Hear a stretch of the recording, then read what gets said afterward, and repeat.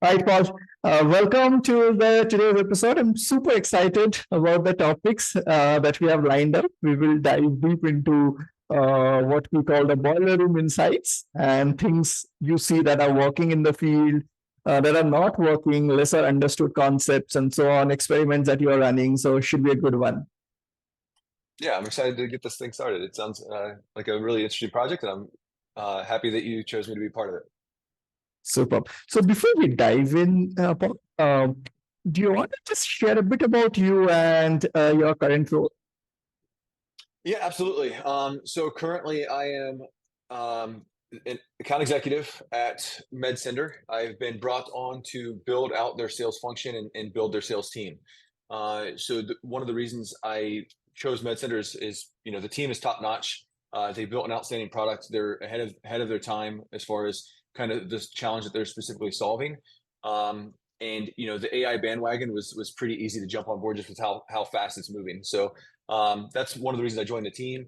As far as like my background, I've been in startup sales pretty much my entire sales career. I've worked with a consulting firm out of Bristol, UK, to get me started, and they showed me the ropes on how to build pretty extensive go-to-market strategy for startup organizations. I may have worked on maybe close to 20 different projects, so 20 different little startup companies during my time there. So it was very exciting as far as like my getting started into this sort of selling world. And then I worked for another startup called Spectral Cloud. They sold Kubernetes management, also very hot space. But the reason I kind of came to MedCenter again, it was just an opportunity I couldn't pass up. And I knew the team through a mutual acquaintance, and so I decided this was the spot for me. Awesome, awesome. So we'll get with the first question. Okay, so if you had a billboard and a printed one advice about for a new account executive, okay, what would that be? Yeah, that's for me. It's research. I would just have a big sign that says research, and it's not just your product. I think being product centric, as far as like what your knowledge is, actually can impact or hurt you in a sales process. I think it's more learn the industry that you're selling into, learn how the overarching theme. So I believe that AEs are master storytellers. And the only way that you're going to be able to tell a story is if you know that overarching theme. So you need to learn industry research. How is like ours is AI? And we're specifically selling into healthcare. One of the greatest articles I came across was put out by Citigroup. It was a super extensive report on just AI in general, but they had an entire section on AI in healthcare. And being able to know that overarching theme of how AI is impacting healthcare as a whole helps me when I'm talking to practices about how our AI is going to impact their community. And it gives me questions like, what is your overarching AI strategy? And being able to build, very tailored questions to their industry and their market, and not so much, this is what our product does and these are the features it has. I think that's going to put you in a losing game quickly instead of being able to tell that story. Makes complete sense. Do you want to tell a little bit about the ICP that you are targeting and maybe the tech stack that you have for that, and maybe a little broader context of the industry that you are targeting? Yeah, sure. So we're healthcare specific. One thing that I believe, again, when you're building any sort of go-to-market strategy or sales strategy, is to be laser focused in some way, shape, or form. So instead of just going healthcare all out and going to hospitals and maybe dental practices or whatever the case is, I'm very laser focused on the dermatology world right now. Makes A couple sense. reasons for that. A couple reasons for dermatology specifically is it's a continually growing market. Many of the venture-backed organizations or practices are continuously buying up different practices and are trying to integrate their tech stacks to be the same as what they've selected. So when you have something that kind of fits into that mold, that's easy to implement at the end unit or and you can piggyback off of their strategy by inserting yourself into that strategy. And so I believe that because of how dermatology is growing in this kind of venture-backed world, that we have the ability to kind of capitalize from that. All So right. So that's as far as targeted market. I'm sorry, I think there was another question like tech stack, right? yeah.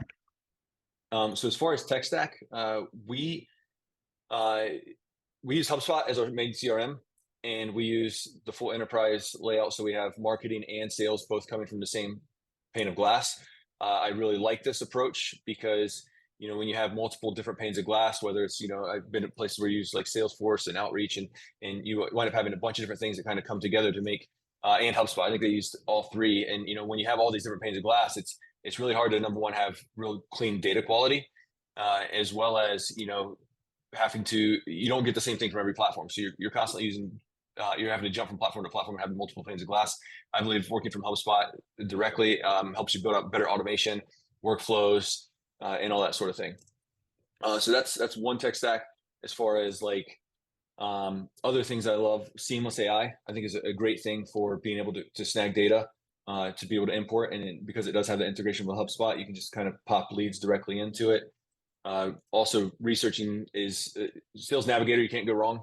I feel like anybody that's in sales has to use Sales Navigator to really define your account strategies, and and find your personas and that type of thing. So that's a broad overarching theme. Of course, there's a bunch of other different tools that we plug in here and there. Aircall for dialing. There's things here and there that work well together.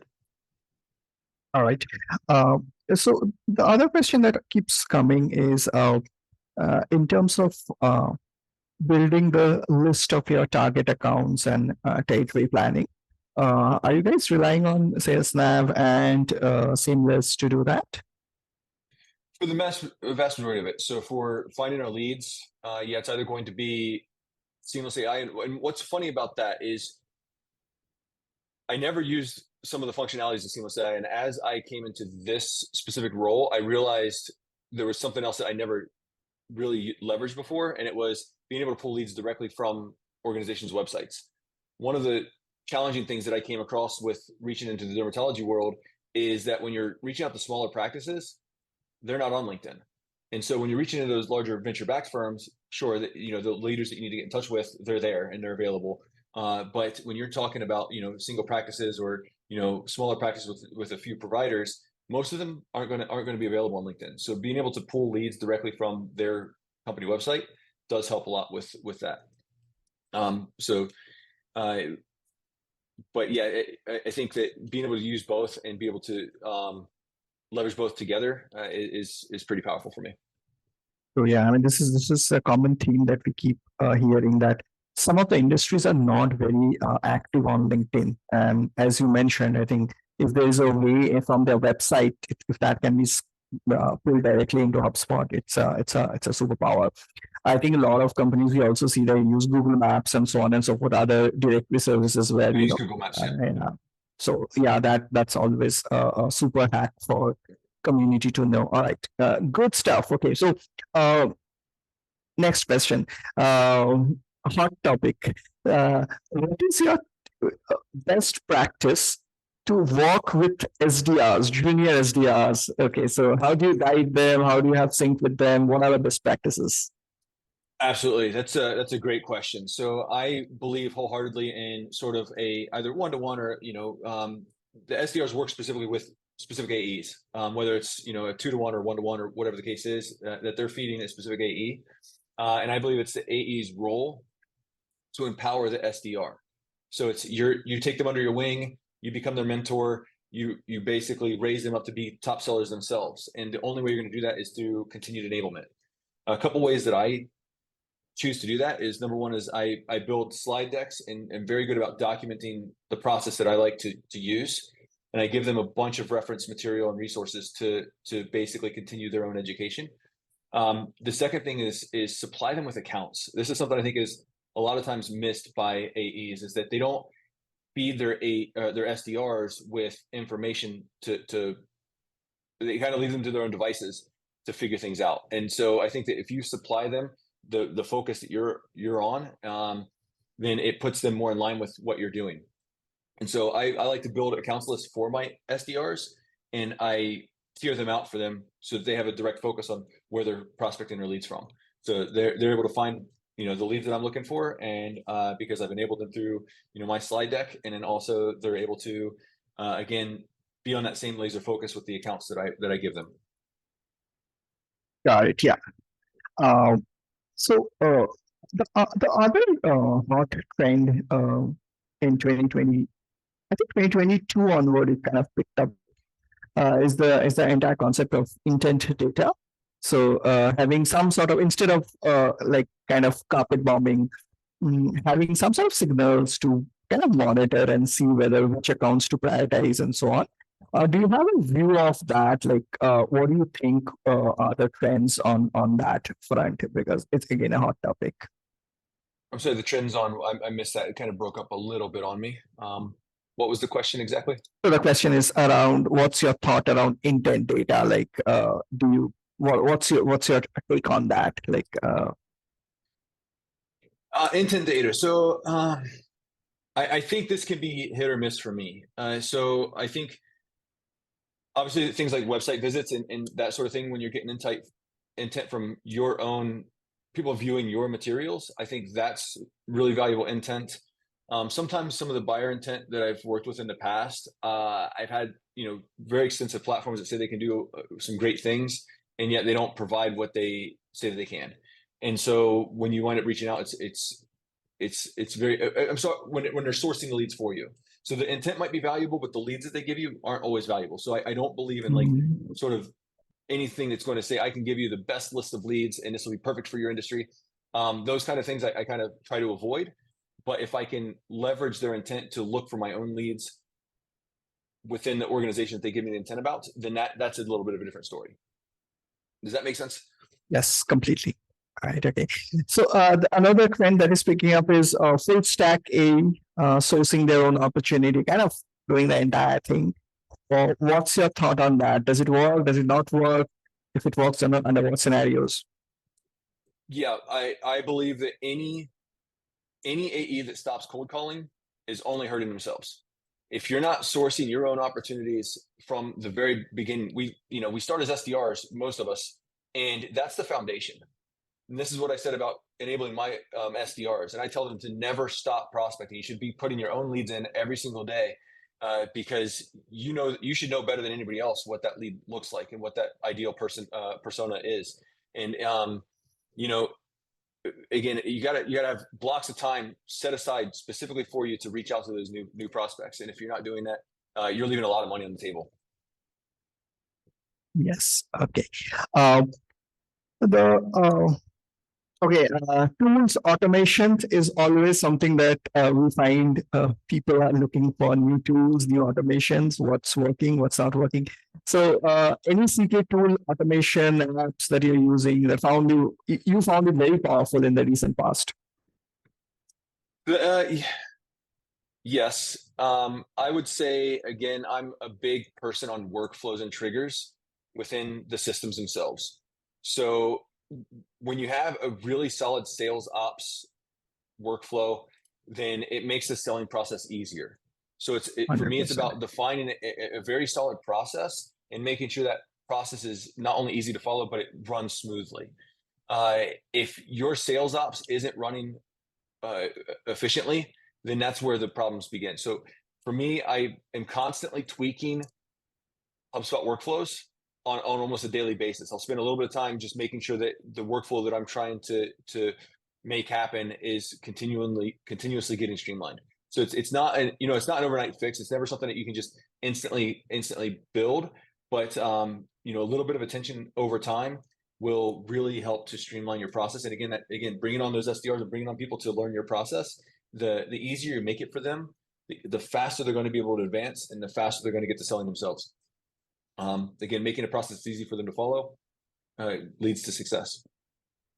Yes, I think a follow-up question would be that, do you have any process for, or maybe automation for prioritizing accounts? That these are the ones which should absolutely prioritize. These are the ones which could be a tier 2. This could be tier 3. Do you have any Sure. automated way, programmatic way to do that?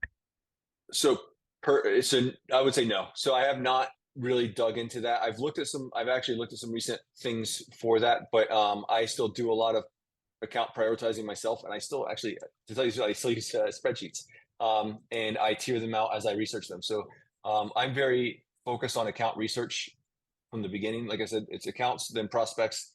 And so, a lot of my work with accounts is mostly done through research of my own and through building really solid spreadsheets that I can prioritize them and tier them out. Absolutely. But no, yeah, go ahead. Yeah, I think I'm really curious about, and I think there could be something which the community might find very useful. Is that you mentioned about this research part? Okay, do you want to just break down a bit, like what exactly do you do in the research part? Maybe a couple of trivia that others can follow, like maybe for your industry, but others can take uh, some reference from. Yep. So perfect. Great question. So first, I think it all starts with strategy. So before you can even start a focused research, it starts with strategy. What is your target market going to look like? Within that target market, are there specialties or verticals that you think that you'll fit and most align with? Once you discover what that vertical or specialty is, like for instance, for us it's dermatology right now, and we're laser focused on dermatology, that will allow you to then work with whatever it is that you're using for account research. So for me, Sales Navigator is the place I go for that. And I'm going to look for those venture-backed processes. Sales Navigator is really good about, the more that you use it, the more it recommends things that relate to your Correct. search criteria. And so that for me helps me to find those accounts that I'm looking for. And then, like I said, once I have dug out those accounts, I can then tier them for the way that I want to kind of attack or where I want to start from. So that's really my approach. But I think Sales Navigator and being very effective with the search criteria that you put in is huge on helping you define your exact market that you're looking for.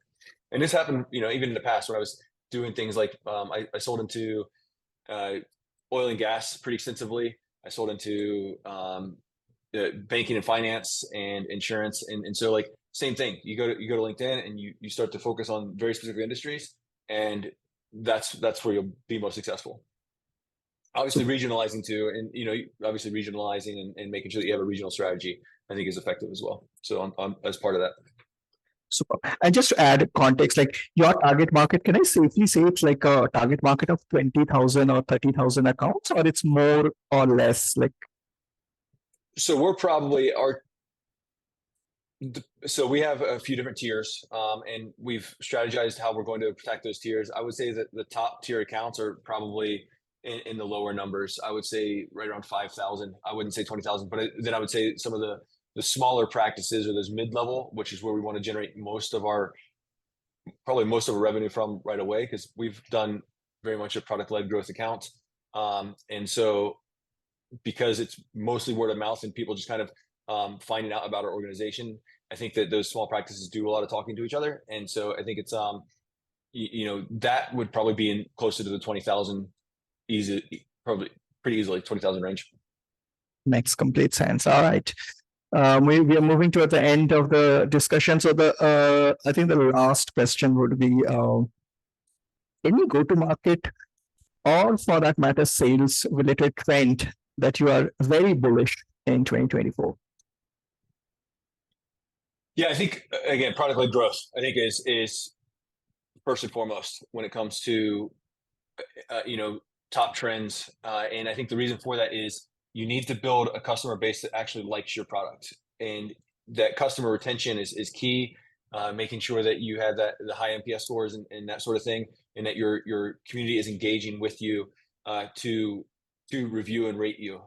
That's a big driver for growth, especially for a startup, especially for someone early on. That you need to have something that solves a specific challenge. You need to get into a very specific industry, and you need to have them drive that growth for you. Only then, and once kind of word of mouth spreads and people start to hear your name here and there, that's when you drive a really solid outbound approach and start to capitalize on that.